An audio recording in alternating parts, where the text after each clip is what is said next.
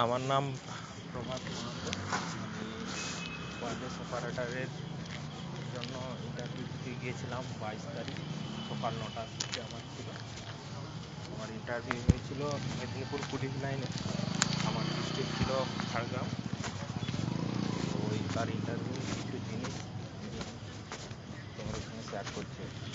তো প্রথমত ইন্টারভিউ ঢোকার আগে আমার কিছুক্ষণ এখানে একজন প্রোভাইডিং পার্সনের সঙ্গে আরেকজনকে দাঁড় করে রাখছিল, আমিও দাঁড়িয়েছিলাম। তারপর রুমে ঢোকার সঙ্গে সঙ্গে দেখলাম যে ওখানে প্রায় 6জন মতো আছেন আর কি। তো ঢোকার আগে আমি জিজ্ঞেস করলাম, আমাকে গেট খুলে দেওয়া হলো, তবুও আমি জিজ্ঞেস করলাম যে স্যার আমি কি ভিতরে আসতে পারি। এবং তখন আহ, ভিতরে এলাম, পারমিশন হলো ভিতরে আসার। এবারে তারপরে সবাইকে আমি তখন অবভিয়াসলি 12টার আগে ছিল, ওই জন্য সবাইকে আমি গুড মর্নিং জানালাম, যে স্যার গুড মর্নিং দিয়ে সোজাসুজি প্রথমেই বললাম। তারপরে আমার বাম দিকে এবং ডান দিকে যারা ছিল ওদের দিকে যিনি বসেছিলেন সম্ভবত আমাদের মেদিনীপুর রেঞ্জ রিক্রুটমেন্ট বোর্ডের চেয়ারম্যান ছিলেন, উনি আমাকে বসতে বললেন এবং বসলাম। এবং বসার সঙ্গে সঙ্গে আমি ধন্যবাদ বললাম। তারপর আমাকে আমার বাম দিক থেকে কোনো একজন জিজ্ঞেস করলো যে প্রভাত মাহাতো তো? আমি তখন বললাম হ্যাঁ স্যার, আমার নাম প্রভাত মাহাতো। তারপর আমাকে জিজ্ঞেস করা হয়েছিল যে তুমি কোথা থেকে আসছো। আমি তখন বললাম যে আমি ঝাড়গ্রাম জেলার অন্তর্গত সাঁকরাইল থানা ধানরাই গ্রাম থেকে আসছি। তারপরে আমাকে জিজ্ঞেস করেছিল যে আমার রেঞ্জ রিক্রুটমেন্ট বোর্ডের যে চেয়ারম্যান স্যার ছিলেন উনি বলেছিলেন যে তুমি কোন সাবজেক্ট নিয়ে গ্র্যাজুয়েশন করেছো। তো আমি তখন বলেছিলাম যে ম্যাথামেটিক্স নিয়ে। এবং ম্যাথামেটিক্সে কী কী পড়েছিলাম গ্র্যাজুয়েশনে আমাকে ওগুলো জিজ্ঞেস করা হয়েছিল। তখন আমি লিনিয়ার, অ্যাবস্ট্রাক্ট, এগুলো পড়েছিলাম। যে কয়েকটা ওই মুহূর্তে মনে পড়ছিল আমি তখনই বলেছিলাম। এবং বলার সঙ্গে সঙ্গে আমাকে যেটা জিজ্ঞেস করা হয়েছিল, কিছু ওই গ্র্যাজুয়েশনের বিষয় নিয়ে জিজ্ঞেস করা হয়েছিল, ওগুলা কিন্তু আমার ওই মুহূর্তে ঠিক মনে পড়ছিল না। এবং আমি ওগুলো আগে ঠিক শুনিনি মনে হচ্ছে, বা হয়তো আগে আমি পড়েছিলাম ভুলে গেছিলাম। তো আমি কিন্তু সঙ্গে সঙ্গেই বলেছিলাম যে স্যার এটা আমার জানা নেই।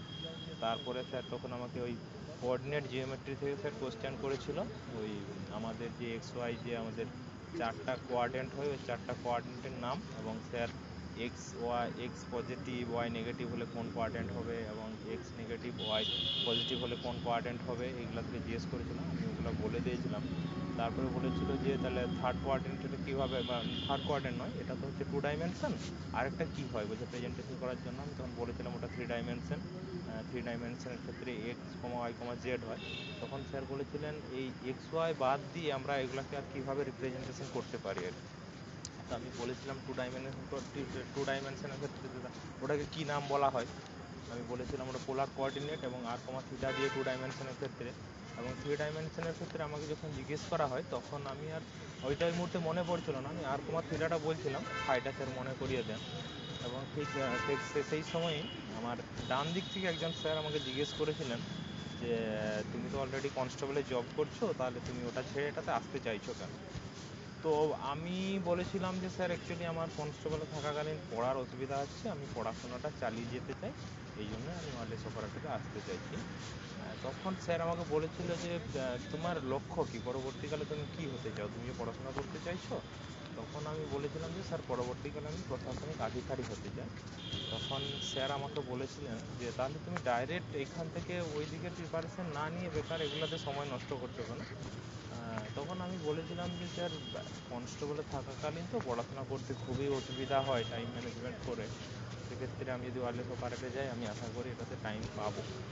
এবং সেই সময় তখন আমাকে আমার ডিউটি নিয়ে কিছু কোশ্চেন করা হয়েছিল।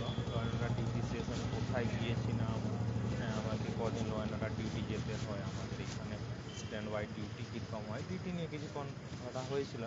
এবং তার সঙ্গে সঙ্গে আরেকটা জিনিস আমাকে জিজ্ঞেস করা হয়েছিল যে ঝাড়গ্রামে বাড়ি হওয়া সত্ত্বেও আমি খড়গপুর কলেজে থেকে কেন পড়াশোনা করেছি, খড়গপুর কলেজে কেন পড়াশোনা করেছি। তো ওটা ছিল যে আমি বলেছিলাম তখন যে স্যার আমি মেদিনীপুরের মেসে থেকে পড়াশোনা করেছি, তো যোগাযোগের সুবিধার জন্য আমি খড়গপুর কলেজে ভর্তি হয়েছিলাম আর কি, এটা আমি বলেছি। আর তারপরে শেষে আমাকে স্যার একটু হিন্দি একটু ইংলিশে কথা বলছিলেন, তো বলেছিলেন যে মণিপুরের ক্যাপিটাল তো মণিপুরের ক্যাপিটাল কথাটা আমি অতটা বুঝতে পারিনি, আমি ভেবেছিলাম যে আমাকে কোনো ইকোনমিক্সের থেকে প্রশ্ন জিজ্ঞেস করা হচ্ছে। আমি প্রথম তখন বলেছিলাম যে স্যার এটা আমার ঠিক জানা নেই। তারপরে যখন আমাকে বললো যে মিজোরাম, তখন আমি বললাম ও, তখন আমি বললাম যে স্যার তাহলে ও প্রথমে যেটা ওটা আমি ঠিক স্যার, মানে ব্যাপারটা ছিল স্যার ইংলিশ এবং হিন্দিতে মিক্সচার কথা বলছিল, তো স্যারকে বোঝানোর জন্য আমি কখনো কখনো কিন্তু হিন্দি এবং ইংলিশ বলতে হয়েছে।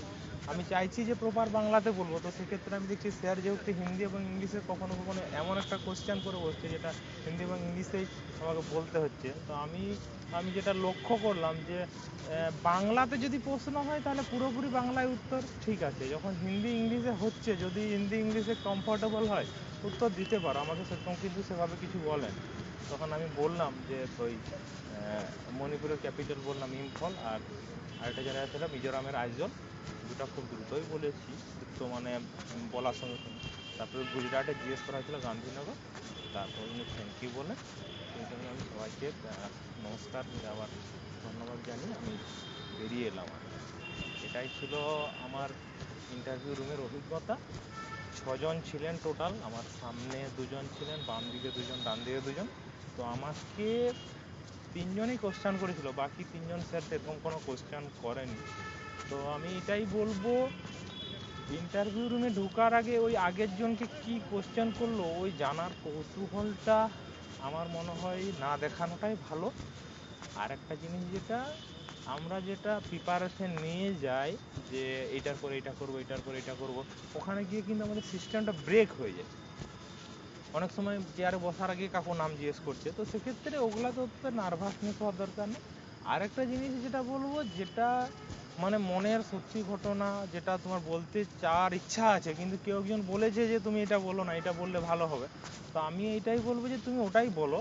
কারণ তুমি যখন একটা ওই বানানো উত্তর দিতে যাবে না, বাস্তব সিচুয়েশনের উপর যখন কোনো একটা জিনিস তুমি তথ্য গোপন করতে চাইবে, তুমি যদি ওইখানে বুঝতে পেরে যায় ওরা, তাহলে কিন্তু জিনিসটা খুব খারাপ হয়ে যাবে। আমার এটা ব্যক্তিগত মতামত।